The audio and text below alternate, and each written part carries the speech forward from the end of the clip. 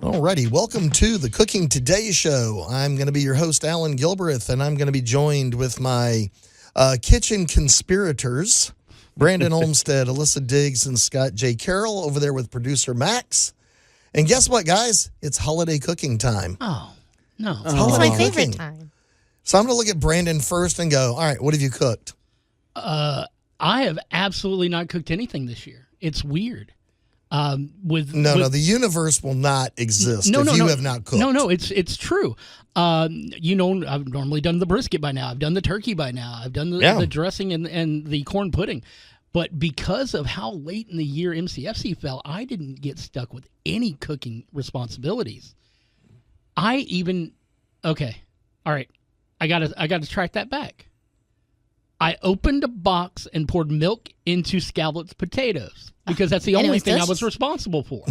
Everything else was bought in a box and thrown in the oven. That's not cooking. That's reheating or heating in general. But I will tell you this. I went and bought $200 worth of stuff to make cookies and cinnamon bread for Christmas. Oh, I knew he couldn't resist. So you knew things were happening. Oh, yeah. The Mexican wedding cookies, the snickerdoodles, the chocolate chip with pecans, the oatmeal chocolate chip cookies that scare people because they think they're raisins, and of course the cinnamon bread with the nice Kerrygold. I am fishing for a sponsor here. Irish butter. Do you not do the meringue cookies? We do not.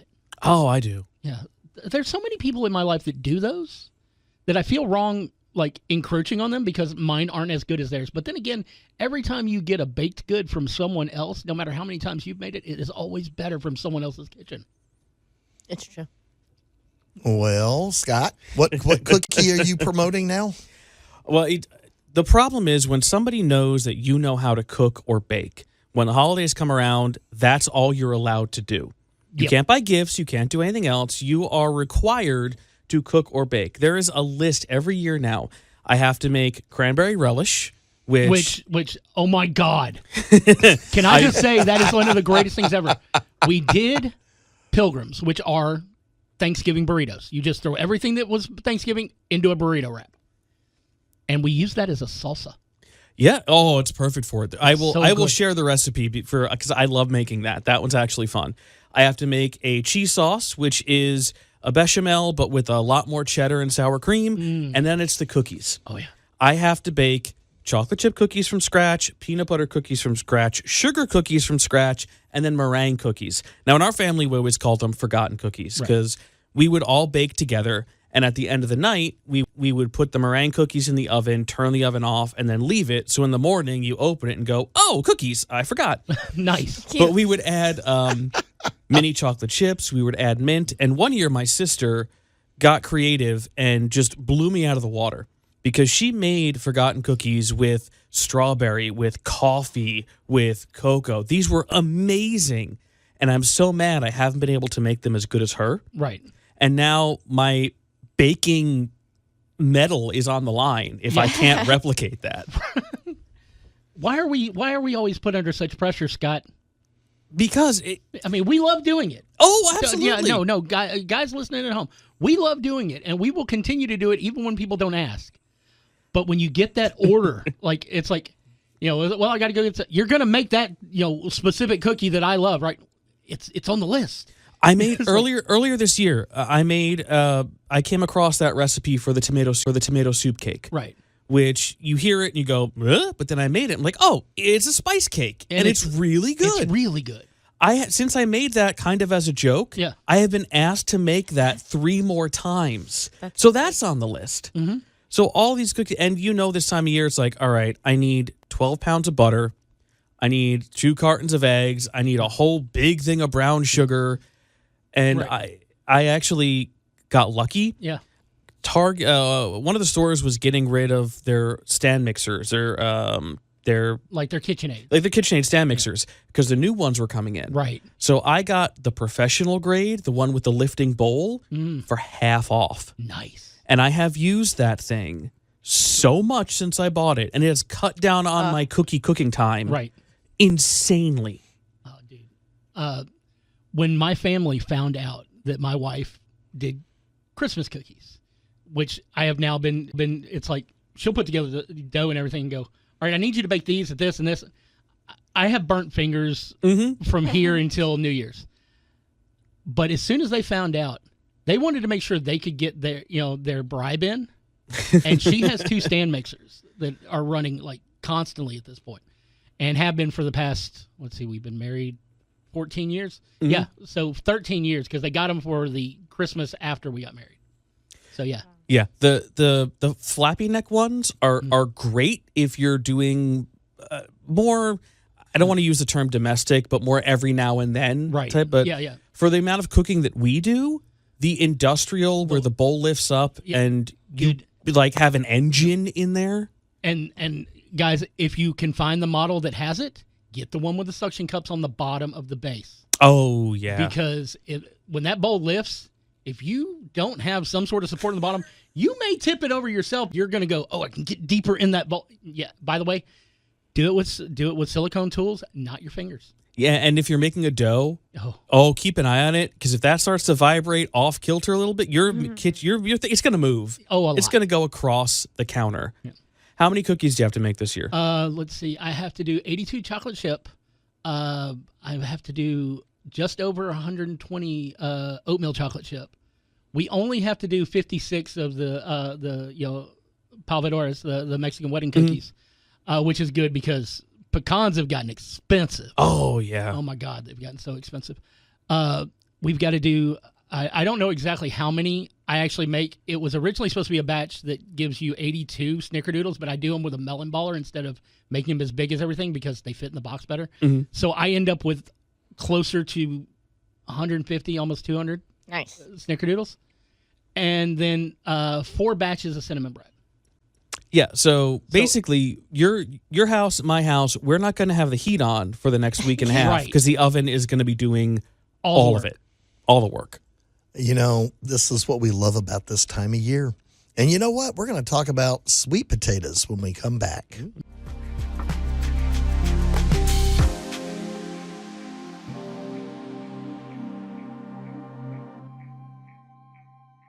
This is the Cooking Today show. This is Allan Gilbert. I'm sitting here with my kitchen conspirators, Brandon Olmsted, Alissa Diggs, Scott J. Carroll, and producer Max over there behind the glass.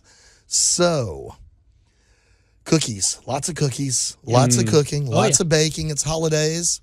Well, all right.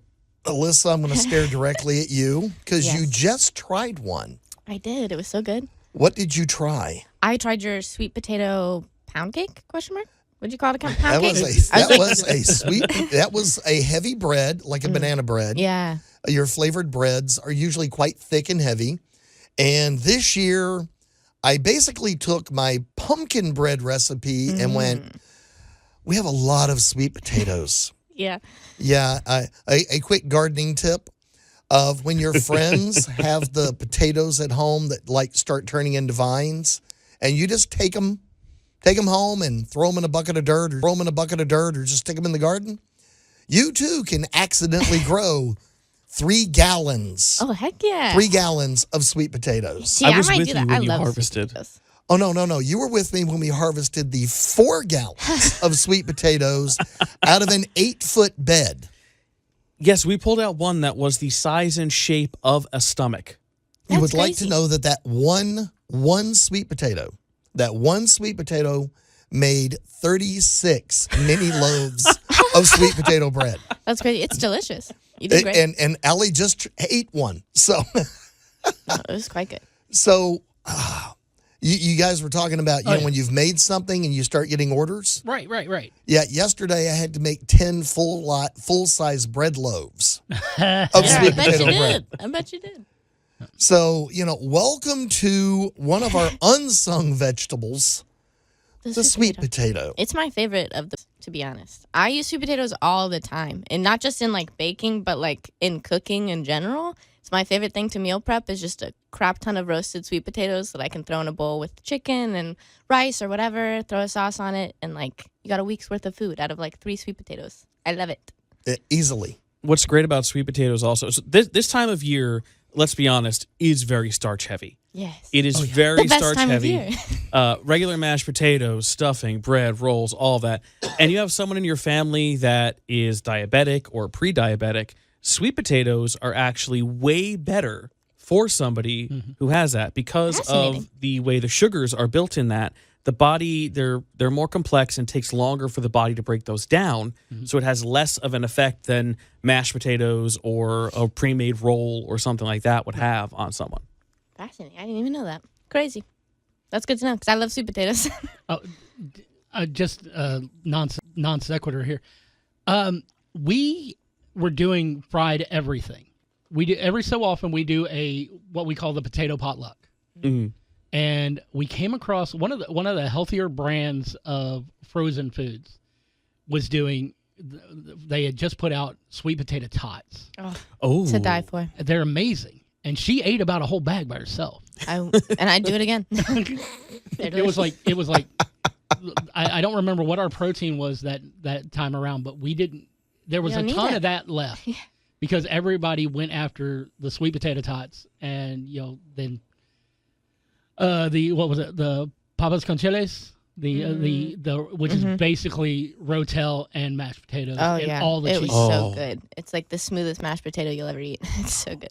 I had found a recipe for sweet potato donuts. Ooh. Mashed sweet potato, some flour, some other stuff. I had to extra baking soda to make it, baking powder to make it rise.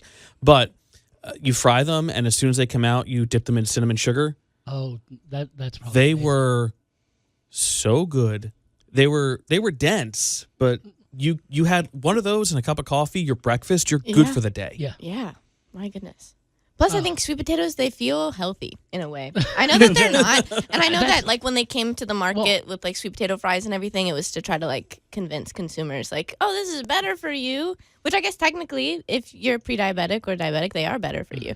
But in my little head, I'm like, I'm a picture of health. I'm eating 5 sweet potatoes today. Yeah, but they're fried. My vitamins.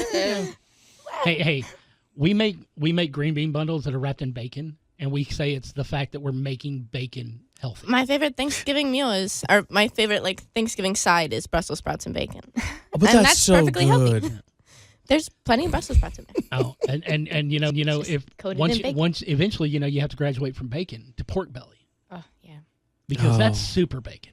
It it is is. super bacon. It's bacon that went to college. It got its life together. Yeah, had a great great run at its company. All the accolades. It just retired. Boom, into the sauce. Well, now we're going to have to do a bacon wrapped sweet potato. Well, that's true, and I just want to go that's ahead now and, become a moral imperative after this conversation. And All right, I will be the brave person to taste test let me it. tell you the best way that I've done a variation of that. Slice your sweet potatoes into fry shapes. Right. Wrap them in bacon. Mm-hmm. Then you want to take a brown sugar and Worcestershire sauce mixture, pour it over them, bake them.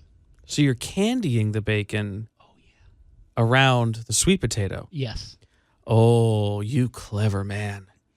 That sounds I wish so good. I wish I could take credit, but this is a recipe my mom and sister perfected with various vegetables, green beans, asparagus, everything else. It was only a matter of time before the sweet potato got in there. So it's a family recipe. Yeah. Family recipes. That's the thing They're about the best. about the holiday time of year. It's everybody's got their family recipe, and somebody's family recipe is the best at something. Yeah. And the 3 things that I earlier mentioned that I always have to make are the family recipes. Yeah. And you hand them down, and they just get better and better because every generation kind of adds their own little tweak to it. Yeah. And oh man, they're just so good. Well, the nice thing is, sweet potatoes have been around for a while. They're getting more and more adventurous. As a matter of fact, we have a local restaurant that now has a sweet potato dessert. Ooh. Oh, It is fried sweet potato out in a nice circle on the plate, dusted with a little cinnadust, the cinnamon and sugar mix. And they put, just to make sure they've got your attention, they put a nice dollop of vanilla ice cream right in the center. That is lovely. That's Yeah, that's such a festive. I look at that and I went, I could add a little green rock sugar to that, and that baby would be very Christmas. Yeah. Oh, that'd be so cute.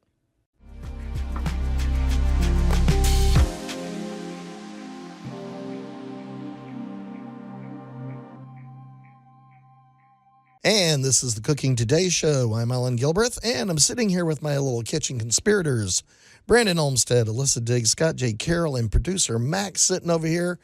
And so far, we have wandered through sweet potatoes, lots and lots and lots of cookies. And I'm going to pick on, now I get asked to do this all the time, and that is the wacky recipe.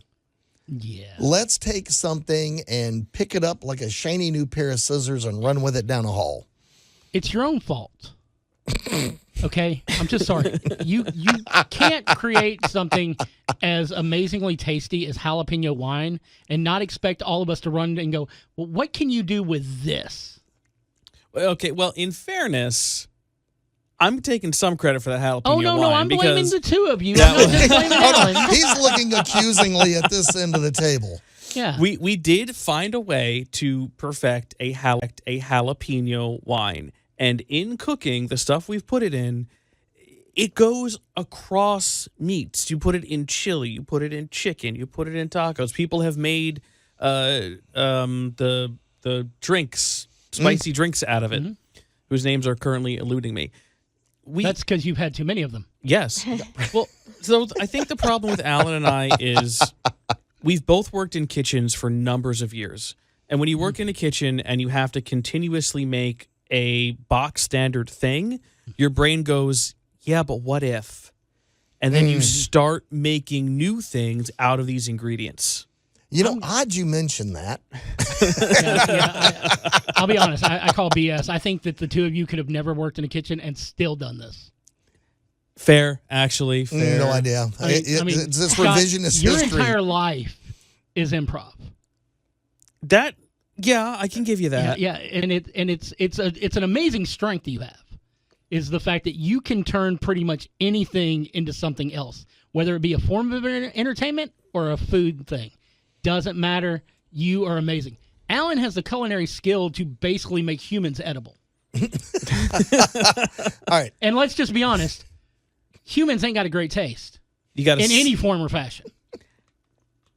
I'm gonna refrain from what I was about to say. Yeah, that's because the FCC will come after us. Yeah, I'm going to go back to wacky recipes, and I'm going to bring up the word waffle as I totally dive for cover. I will say that the waffles, and I'm looking at you, are your fault. Hey, it was the first time I was so proud. I made you damn me. Yeah, you did. And you've never done that to my face before. I'm sure you've done it in the past when it's like, Brandon's going to make us do this at this place. Damn him. Yeah, I've cussed you once or twice, but so you dared us to figure out wacky waffles. Mm-hmm. So Scott and I, the conversations that were had, let's just say watching us play hot potato with a hand grenade is about how the conversations went. I will say that when Allan approached me and said, and Scott's trying to make a brownie cookie waffle hybrid, and I was like, that is too much sugar. And he goes, no, Scott can't have many sugars, so it's going to be, and I was like, let Scott rock. And you got to let him cook. It took a little bit, but I figured it out. Oh. And believe it or not, wine was involved. In the mix or in the person? In the mix. Yeah, and it was counterintuitive. Yeah, you're thinking we had to go backwards. You're trying to make waffles, and you're like, okay, I've got this waffle maker. It's essentially 2 hot irons that are going to cook the thing from both sides. Right. So I need to make something more akin to a dough that'll go in there. And every time it's like, okay, it's kind of cakey, it's kind of thick, and then you had to call me one night and go, do it backwards. Mm-hmm. And make it thinner. And I went, no, thinner's not going to work. And then thinner worked, and I got mad. We do tend to upset one another, don't we? Well, but that's where it gets creative.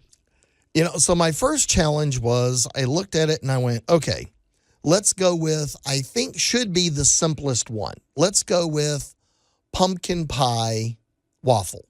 Right. Wow, did I pick the hardest possible subject? Didn't you go through 3 batches before you had something that was remotely edible? I went through 3 batches before I'll even confess about the other batches that went first. Eventually, I got a batch that tasted just right, but wasn't right yet. But I knew what was wrong with it. So the imperfect batch went to taste testing. And it tasted very good. The taste was there. It was dead on the money. So the next challenge, once we got that solved, it was kind of like, okay, now I've got the waffling process handled. So the next suggestion I needed was, and the idea was some form of scalloped potato, something like that. And I'm like, all right, so we're looking for a waffle au gratin. Yeah, this one was all on you. Yeah, this was totally on my idea. Yeah. But, that one, because I had now solved the waffling problem from the pumpkin pie issue, and again, counterintuitive. If you're making a pumpkin pie bread or a bread, you make it moist with oil. Yeah. Mm-hmm. Well, that's not what a waffle is. A waffle is basically burnt flour and air. Yeah. If you think about it, I mean, really, that's all it is. You want the bread to puff up, you want it to get solid, and you're done. Yeah. So we went for the au gratin, and we just went straight into waffling and cheese flavor. Choose your cheeses correctly. I blame myself on this one. And ooh. What was my word when you were saying how much cheese do I use, and I just said all? I was on the phone with you when I was working on it, and I said, all right, here's my decision. I have this much cheese and that much cheese, and Brandon just goes, put it all in now. So I did. I literally just went, boom. All right, let's stir this up, mix it into the cute little baby snowflake mini waffle maker. All right, and when you're experimenting with food, I'm going to tell you, really seriously, go invest in a little tiny, little one, because you're going to taste test 26 times. And if you think about it, 26 bites of anything is a very large dinner. Mm-hmm. Yeah. It sneaks up on you because it was one bite of each one. Is this it? No. Or boom. All right, what's this next one? One bite. Is this it? No. Boom. Happily on this one, the first one I made just came out all cheddary goodness and a lovely snowflake.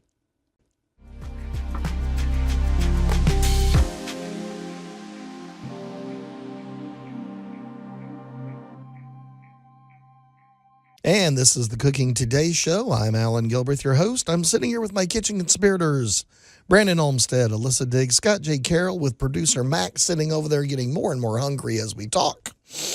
Because we've made it through cookies, we've made it through sweet potatoes, we've now made it to wacky waffles.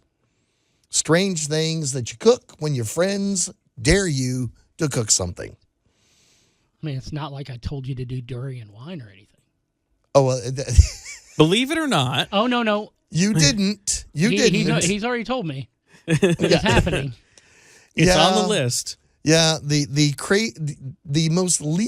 person you would least suspect of having that idea is who had it. That's exactly who I would have expected that idea from. So, all right. So we made it to cheese waffles, but that wasn't the penultimate waffle. No, it wasn't. And then, for fun, I did a flavored waffle, and I had to do elderberry because, well, it's elderberry, and I can look at Scott because Scott's had them. Oh, they are decadent. They are phenomenal. Now, it should be noted, the nights that we're doing waffles, we are at a friend's house, and there are 5 or 6 of us, 2, sometimes 3 waffle makers going while we're trying to figure out temperature, time, all of this. You come in with elderberry waffles, and I meant this as the best compliment I could have possibly given you after I bit into it. I said, it's a McGriddle, but good.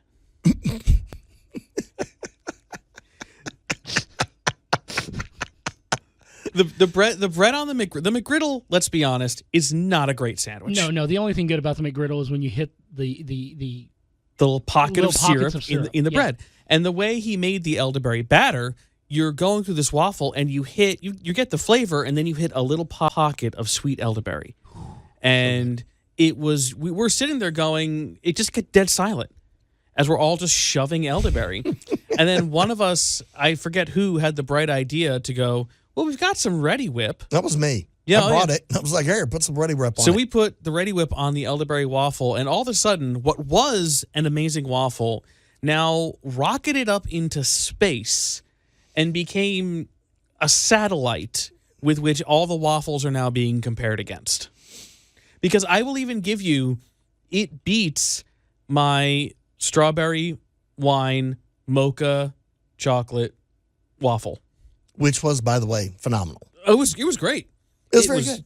Great, but you beat me? Alyssa is now looking at you like, and you didn't Interesting. bring any? So, Strawberry wine mocha waffle. Here's how to make them. It's super simple. You get a box of Devil's Food Cake Mix. Oh. You get some instant packets. You follow the instructions on the box, but don't add the oil. And after the water, you add half a cup of strawberry wine. Mix that all up. Put that in the waffle maker. Aye, Captain. I will be doing that. I hope Sounds everybody delicious. wrote that down. or you can replay it back. All right. Well, we finally got to the penultimate waffle. And this one took a lot of thinking. Because we made, and Brandon, utterly and completely your fault. I blame you utterly. We made a turkey and dressing waffle. And it was good. Oh, it's stunning, because you've got to grind up that turkey breast. It's got to get very, very, very. Yeah, you got to make sawdust out of the tasty. turkey breast. Oh, yeah. Yeah, to get it to hold in suspension in the waffle. But yeah, every spice in that dressing, the minute you close that lid, your house smells better than it ever did at Thanksgiving. It's instant Thanksgiving. Oh instant my turkey. gosh, it's astounding. And I will say the cranberry relish on top of the turkey waffle. Well, I guess I only have one last thing to say to you. You're welcome. Yeah. well, thank you there, Maui. We got to So, I guess our lesson for the day is food is fun. It should be. Be challenged. Don't be afraid of the kitchen. Dive in there and come up with a wacky waffle. Our parents were growing up. Our family did not have a lot of money. And our parents they wanted us to know how to cook and be able to take care of ourselves from an early age. And they taught us, here's the basic thing of what to do. And then they just let us play. They said, okay, here's how to make mac and cheese. Like, what if I put a hot dog in there? And they went, try it. And that's the foundation of looking in the pantry and making a kitchen MacGyver dinner. I really wish my life had been that easy. Mine was this. My dad worked 2 jobs. Again, growing up, if you are from Memphis, where we're recording this, I grew up in Fraser. I was also one of those wonderful last of the Gen X kids. So I was out until wherever. I'd come in, but I had little sisters I had to take care of because mom was working until late. Dad, he'd come home, he'd go to bed, and then he'd go off to his next job. So I basically was like, they're yelling, they won't stop. I have to put something in their mouths so they'll shut up. And then you learn how to make fried chicken by asking the little old lady next door. It's like, how do I make batter? And she looks at me like, you're 12. And I'm like going, how do I make batter? Yeah. So yeah, that was my first biggest accomplishment was starting with homemade fried chicken. So I longed for the days later on where it was like, all right, we're going to put ground beef and some seasoning and ketchup over shoestring potatoes and call it redneck spaghetti.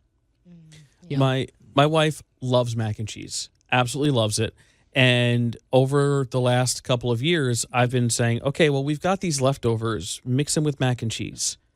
Oh. And now she's starting to do more and more. I can make a chili mac. I can make this. The other night, I was so proud. I gave her the idea, and she took it completely over. We had leftover turkey from Thanksgiving that I couldn't eat, and she made a turkey mac. Ooh. And it smelled so good. She tells me it was incredibly delicious. And remind me to shoot you my recipe for Civil War mac and cheese. Oh, yes. All right. Well, as y'all can tell, is anybody ready to go to lunch? Because I think we're all ready to go at this point. All right. Well, thank you so much. This has been the Cooking Today Show. I'm Allan Gilbreth, and for my compatriots, Brandon, Alissa, Scott, and producer Max, we'll see you soon.